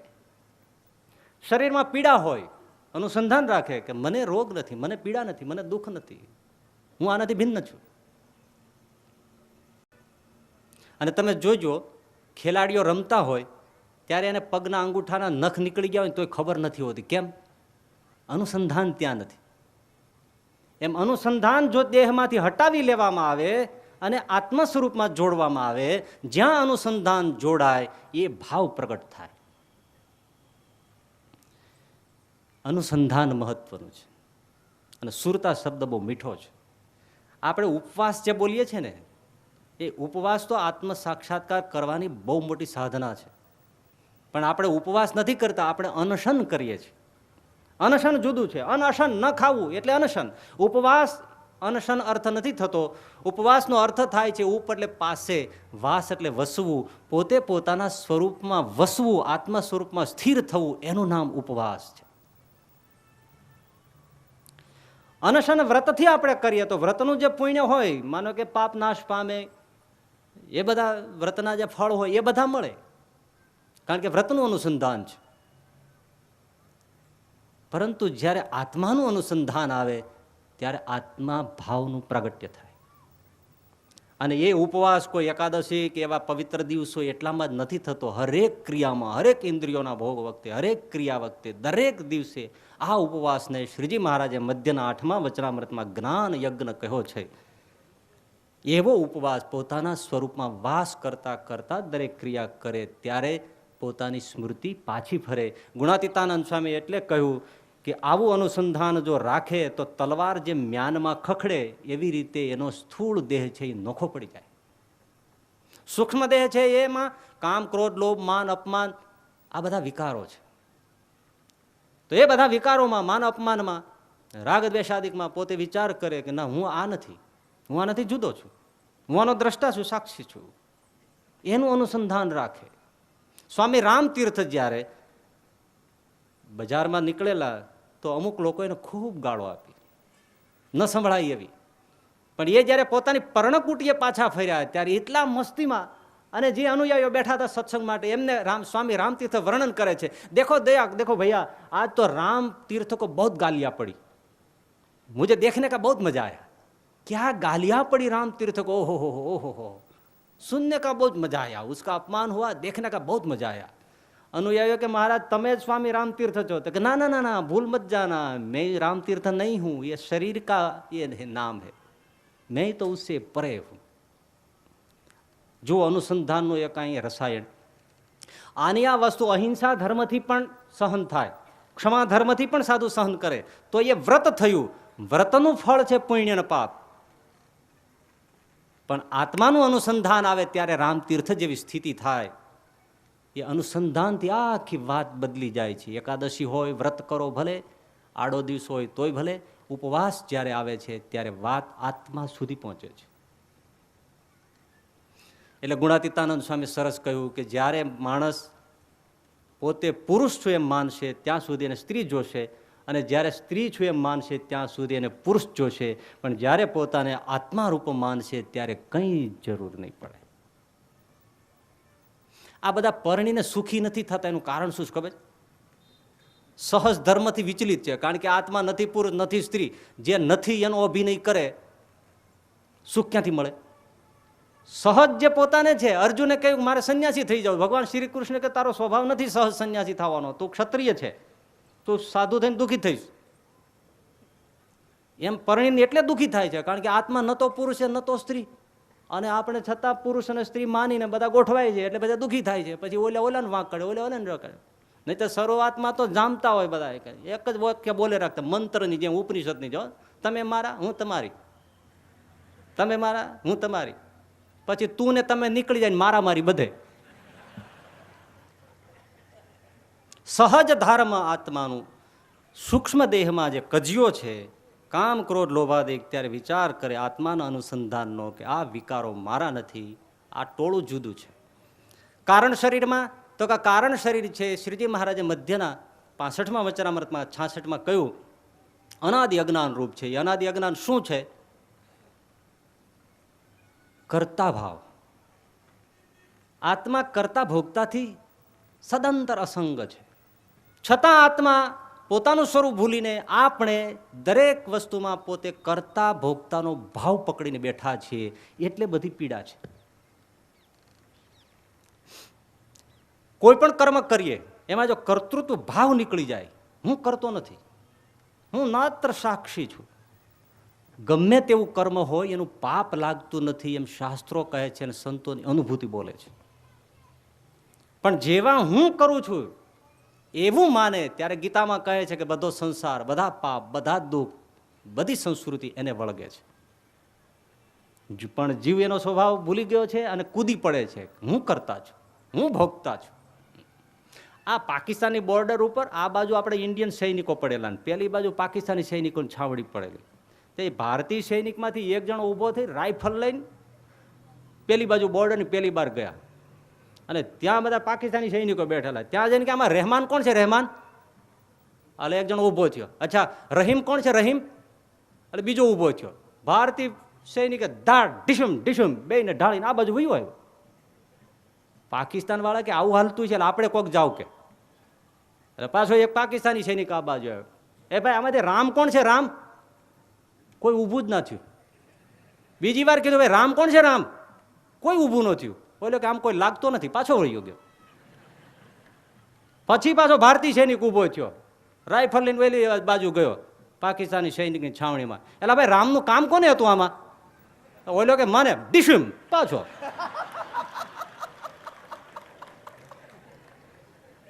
હું કરતા છું, હું અહમ છું, એ ભાવથી જયારે ઇન્વોલ્વ થાય છે ત્યારે જ મોત છે ભાઈ. હું કાંઈ કરતો નથી. આ કરતા ભાવ જો સાધુમાં ગરી જાય ને તો એને દુઃખના પાર નહીં હોય, પછી એને માથાકૂટ થાય. નાહમ કરતા હરિ કરતા એમ કરીને જે જીવનારા છે, અર્જુને કેટલું ભારતીય લડાઈમાં કચર ઘાણ કાઢી નાખ્યો, પણ હું કરતા નથી. કરતા તો મારો નાથ શ્રી કૃષ્ણ છે, અને એ નર નારાયણ દેવ તરીકે પૂજાઈ ગયા અકર્તા ભાવથી છે. અનુસંધાન સાક્ષી ભાવનું રાખે. આવી રીતે 3 દેહમાં અનુસંધાન આત્માનું રાખે અને પરમાત્માની ઉપાસનાનું નામ સ્મરણ કરે, ત્યારે સ્થૂળ દેહમાં એનો સાક્ષી બની જાય, જાગ્રત અવસ્થામાં સાક્ષી બની જાય, સ્વપ્ન અવસ્થામાં સાક્ષી બની જાય, સુષુપ્તિ અવસ્થાનું સાક્ષી બની જાય, અને જ્યોતિ પરમ જ્યોતિ રૂપે પોતાનું દર્શન થાય, અને એમાં પરમાત્માનું દર્શન થાય. ત્યારે આ સ્થિતિમાં શ્રીજી મહારાજે કહ્યું કે 3 દેહ અને 3 અવસ્થાથી પર એવો આત્મસત્તા રૂપે પોતે નિરંતર વર્તે. એ જળ ભરતને કહેવામાં આવે કે જાઓ પાણી વાળો, તો પાણી વાળવા માટે કેરામાં આડો માટીનો પાળો બાંધવાનો હોય, તો ભરતજી મહારાજ કે આ માટીને, મારું શરીર પણ માટી છે, આડા સૂઈ જાય, ક્યારો ભરાઈ જાય, ઊભા થઈને બીજા ક્યારા પાસે સૂઈ જાય, કારણ કે માટી ભાવ છે. 3 દેહથી પર વર્તે છે. એનો અર્થ એવો નથી કે આવી રીતે ખેડૂએ પાણી વાળવું જોઈએ, પણ એને દેખાઈ ગયું કે આ માટીનો પિંડ છે, આ એ વર્તે છે, આત્મસત્તા રૂપે વર્તે છે. શરીરને એ વ્રણવત સમજે છે, ગુમડા જેવું જાણે છે. સુખદેવજી મહારાજ દિગંબર દશામાં વર્તે છે, ફરે છે, આત્મસત્તા રૂપે વર્તે છે. કોઈ એને ગાળી ગલોજ, કાદવ કીચડ, અપમાન બધું કરે છે. એ પરમહંસી દશામાં, બ્રાહ્મી દશામાં હસતા હસતા ચાલ્યા જાય છે. એ મહાવીર સ્વામી એ જ દશામાં ચાલ્યા જાય છે.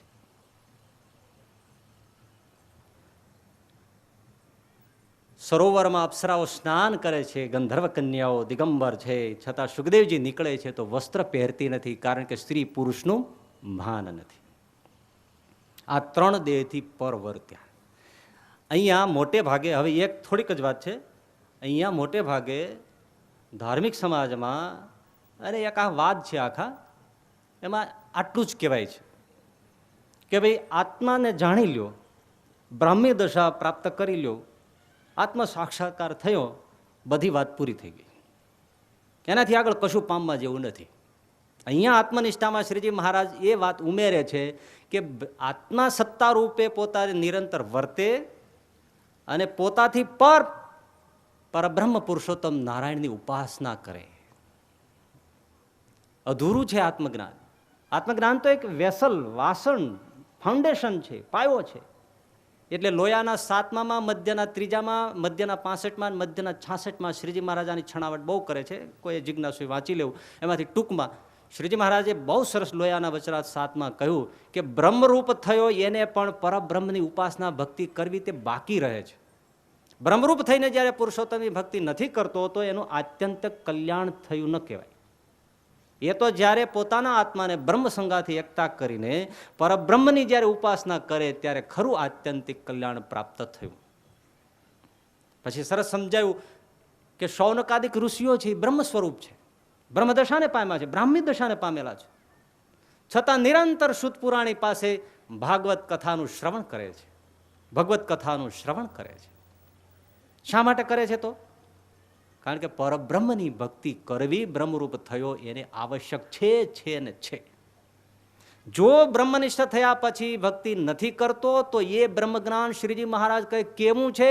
તો કે બહુ પ્રકારના વ્યંજન અને ભોજન બનાવ્યા હોય ને એમાં મીઠું ન હોય, સોલ્ટ ન હોય, લવણ ન હોય, અને જેવું નકારું લાગે, બેસ્વાદું લાગે, એવી રીતે કેવળ બ્રહ્મ જ્ઞાન છે એ પુરુષોત્તમ પરબ્રહ્મની ઉપાસના વગર બેસ્વાદું છે, એ નકામું છે. એટલે તો સુખદેવજી મહારાજ ભાગવત ભણ્યા છે. પરિનિષ્ઠિતોપી નૈર્ગુણ્ય ઉત્તમ શ્લોક લીલિયા ગૃહત ચેતા રાજર છે આખ્યાનમ યદધિતવાન. શા માટે સુખદેવજી ભાગવત ભણ્યા? તો બ્રાહ્મી દશામાં વર્તતા હતા. પરબ્રહ્મની ભક્તિ બાકી રહે છે. અને એવો બ્રહ્મ થઈને જ્યારે પરબ્રહ્મને ભજે છે ત્યારે શ્રીજી મહારાજ કહે કેવળ બ્રહ્મજ્ઞાની છે, બ્રહ્મનિષ્ઠ છે, એ બ્રહ્મ સુષુપ્તિમાં લીન થાય છે. અને જે બ્રહ્મ થઈને પરબ્રહ્મની ભક્તિ કરે છે એ ચૈતન્યનો દેહ પામીને પરબ્રહ્મનું રસનું આસ્વાદન કરે છે અને અપાર અનંત ઐશ્વર્યોના સુખને પામે છે. મમ સાધર્મ માગતા. આપણે ત્યાં આપણે સુખદેવ ભરતની વાત કરી, આપણે ભરત જડ ભરતજીની, સુખદેવજીની, પણ સ્વામિનારાયણ સંપ્રદાયમાં એ આત્માનંદ સ્વામી, એ સ્વરૂપાનંદ સ્વામી, એ શતાનંદ સ્વામી, એ વ્યાપકાનંદ સ્વામી, એ ગોપાળાનંદ સ્વામી, બ્રહ્મનિષ્ઠ પુરુષો છે. પરંતુ દેખો પરબ્રહ્મની એની જે ઉપાસના છે એટલે એની તાકાત પણ જો ભેદ છે. શ્રીજી મહારાજ પરમહંસો સાથે ભુજના હમીર સરોવરમાં સ્નાન કરવા માટે ઉતર્યા. બધા પરમહંસોનું હરિભક્તોએ સ્નાન કરી લીધું. શતાનંદ સ્વામી એટલે કે સંતદાસજી નીકળ્યા નહીં. એટલે બધા સંતો ચિંતા કરી, મહારાજ આપણે તો ચાલતા થઈએ પણ જે સંતદાસજી નીકળ્યા નથી. ભગવાન સ્વામિનારાયણ કહે એની ચિંતા કરોમાં, એ અહીંથી નીકળીને બદ્રિકાશ્રમ નરનારાયણ પાસે ગયા છે, જાઓ. અને એ સંતદાસજી ત્યાંથી ક્યાં વયા ગયા? એવી અવધૂત દશામાં વસ્ત્ર ખરી ગયા હોય, ફરતા હોય. એવી રીતે ઘૂમતા ઘૂમતા જેતલપુરના તળાવની પાળ ઉપર બેઠા હતા. ત્યાં જેતલપુરના સ્વામિનારાયણ ભગવાનના સારામાં સારા સત્સંગી આસજીભાઈ નીકળ્યા ને એમણે આમને દિગંબર અવસ્થામાં જોયા. એટલે એમણે પાસે જઈને સાધુ પુરુષ જાણી અને પ્રણામ કરીને કહ્યું કે મહારાજ, મોક્ષ જોઈતો હોય ને તો આમ કૂતરાની જેમ ઉઘાડા રખડે ન મળે. કોઈ એવા સત્પુરુષને ખોળો. અને આજ ભગવાન સ્વામિનારાયણ પ્રગટ છે. મોક્ષ જોઈતો હોય તો એની પાસે જઈને પગમાં માથું મૂકો. રોકડા રૂપિયાની જેમ મોક્ષ મળશે. બાકી કપડાં ફેંકી દેવાથી કઈ નિર્ગુણ નથી થઈ જવાતું. એને તો ગગલાવા માંડ્યા હતા. સંતદાસજી પૂછ્યું કે મોક્ષની ઈચ્છા છે? સંતદાસજી માથું હલાવ્યું. તો કે ચાલો, અહીંયા અમારા સંતો બેઠા છે. એ વખતે વ્રજાનંદ સ્વામીનું મંડળ આસજીભાઈને ઘેર ત્યાં લઈ આવ્યા. હવે દિગંબર અવધૂત દશા કેટલાય વખતથી બદ્રિકાશ્રમ બાજુ નીકળી ગયેલા દિવ્ય દશામાં પાછા આવ્યા. બેઠા સામે વ્રજાનંદ સ્વામીની સામે. વ્રજાનંદ સ્વામી પણ એ જ ઉપદેશ આપવા માંડ્યા કે કલ્યાણ આમ ના થાય. પછી ધીરે રહીને સંતદાસજી બોલ્યા કે સ્વામી, શ્રીજી મહારાજ કાર્યાણી બિરાજે છે તો આપણે ત્યાં જઈશું? વ્રજાનંદ સ્વામી કે તમે સંતદાસજી છો? એકદમ કપડાં પહેરાવી દંડવત પ્રણામ કર્યા. બાપજી મહારાજ ભૂલ કરો, અમે તમને ગગલાવ્યા, અમે તો બાળક કહેવાય તમારી આગળ. અને બધા કાર્યાણી ગયા છે. ત્યાં બેઠા દેખે છે, ક્યાં બેઠા છે? નિરાવરણ દ્રષ્ટિ છે, નિરાવરણ દેહ છે. એ સ્વામિનારાયણ ભગવાનની ઉપાસના છે. અરે બીજાને આપી શકે. આ ઐતિહાસિક ઘટનાઓ છે ને. અબડાસા તાલુકા કચ્છના ધ્રુફોય ગામનો એક 8 વર્ષનો છોકરો પોતાને ખેતરે હતો અને આ સ્વતાનંદ સ્વામી અને સ્વરૂપાનંદ સ્વામી અને વ્યાપકાનંદ સ્વામી સંતો નીકળ્યા. છોકરો સ્વભાવવશ સાધુઓને પગે લાગ્યો અને કહ્યું કે બાપજી, અમારે અત્યારે આ પોંક તૈયાર થયો છે તો તમે પોંક ખાશો? એટલે સાધુઓને ભાવથી બેસાડીને પોંક, એરંડાના પાંદડામાં પોંક આપ્યો ઘઉંનો. એ સાધુએ જેમાં સદાનંદ સ્વામી આ છોકરાની ભાવના જોઈને ખુશ બહુ થયા અને કહ્યું કે બેટા માગી લે, તારે જોતું હોય માગી લે. જોજો હો, બ્રહ્મ થઈને પરબ્રહ્મની ઉપાસના કરે એની તાકાત જોજો. છોકરા માગી લે, તારે શું જોઈએ છે? પેલો છોકરો કે સ્વામી મને કંઈ ખબર ન પડે શું માગવું એ, તમને વહાલું હોય ને એ મને આપી દો. ઓહો, ત્યારે સતાનંદ સ્વામી બોલ્યા બેટા બેટા, જાગ્રત સ્વપ્ન સુસુપ્તિમાં બહાર કે અંદર અખંડ પુરુષોત્તમ ભગવાન સ્વામિનારાયણને દેખું છું. જા, એ સામર્થ્ય મેં તને આપ્યું, જા. એ છોકરો સાધુ થયા, અચ્યુતદાસજી થયા. અને તમે જુઓ છો કે ભુજમાં અને કાલુપુર સ્વામિનારાયણ મંદિરમાં એ આવતા જતા અને ત્યાં બેઠા થકા ભુજનું કહેતા, ભુજમાં બેઠા થકા કાલુપુરનું કહેતા. બધા ઉત્સવ સમય અને નિરૂપણ કરતા, યથાતથ વર્ણતા. આવા એક નહોતા. એટલે હું ફરીથી કહું છું, સ્વામિનારાયણ સંપ્રદાયની કોઈ ટીકા કરનારા હોય એને થોડો સ્વામિનારાયણીય એવા સાચા સાધુઓ પાસે બેસીને એનો સમાગમ કરી અને પછી નિવેદનો કરવાની જરૂર છે. એક નહોતા આવા સાધુ. કેટલી મહિલાઓ, એ કરિયાણાના મીણબાઈ હોય, ભુજના લાધીબાઈ હોય, એ જીવુબા હોય, લાડુબા હોય, કરણીબા હોય, હા, એ પરોતભાઈ હોય, ગોવર્ધનભાઈ હોય. અરે અમદાવાદના મુસલમાન તાઈ શ્રીજી મહારાજને એકવાર દર્શન થયું ને શ્રીજી મહારાજને કહ્યું કે મારે તો આપનો શરણાગત થવું છે. મહારાજે કહ્યું તમે મુસલમાન છો, કેવી રીતે થશે? તો કે મારે હવે આપ એક લગ્ની લાગી છે. મંત્ર ગ્રહો સ્વામિનારાયણ, બસ જપ કરતા રહ્યા. જુનાગઢ ગુણાતીતાનંદ સ્વામી પાસે રહ્યા. ગુણાતીતાનંદ સ્વામીનું એક જ અનુસંધાન, નિજાત્માનમ બ્રહ્મ રૂપમ, એમ સમજીને ભજન કરો. તે સ્વામીની સાથે ત્યાં રહેલા. ઉના ગયા, ઊંડા ગામ છે, ત્યાં સ્વામિનારાયણ મંદિરમાં 4 વાગ્યે સંતો સાથે નીકળવાનું થયું મચ્છુંદરી નદીએ સ્નાન કરવા માટે. તો આ ડોસા હતા, મુસ્લિમ હતા, જુનાગઢ મંદિરમાં રહેતા, સ્વામિનારાયણ ભગવાનનો જપ કરતા, આત્માના અનુસંધાન સાથે ક્યાં ગતિ, ક્યાં પુરુષોત્તમ નહીં. ઓહો, ધ્યાન કરીને બેઠા હતા. એટલે બધા હરિભક્તો સંતોને થયું કે ભલે ધ્યાન કરે, આપણે સ્નાન કરી આવીએ. બહાર નીકળ્યા એટલે પેલા મંદિરમાં જે હરિભક્તો સંભાળતા હોય એને સ્વામીએ કીધું કે તાળું મારી દેજો બહાર. એટલે કહ્યું કાંઈ ભગત બેઠા છે ને? તો કે એ હોય કે ન હોય બધું સમાન છે, એટલે તાળું મારી દો. તાળું મારીને નીકળ્યા. સ્વામીને બતાવવું હતું કે આવો સામાન્ય જેને તમે થાગા થાબડા જેવો હરિભક્ત માનો છો, પાર્ષદ માનો છો, એ એવો નથી. મચ્છુંદરી નદીએ જ્યાં સંતો હરિભક્તો સાથે પહોંચ્યા તો ત્યાં ડોસા થાય તો સ્નાન કરીને કપડાં ધોતા. હવે જેને તો તાળામાં પૂરીને આવ્યા છે. નિરાવરણ દેહ દશા આવા કેટલાય ભક્તો નહીં. આ જોગી સ્વામી બેઠા છે, આ માધવપુરી સ્વામી બેઠા છે. અમેરિકા જવાનું હતું, પેલા લોકો કે તમે એમ્બેસીમાં એ પુરુષને લાવો તો જ વિઝા મળે. સ્વામીનું એવું શરીર નહીં કે ત્યાં લઈ જવાય, ક્યુમાં ઊભા રાખી શકાય, એવો આપણે આગ્રહ પણ ન કરાય. આગ્રહ કરો તો નામ પાડી દે મારે જવું જ નથી. અને આ લોકોનો આગ્રહ ત્યાં અને અહીંયા મૂંઝવણ થાય.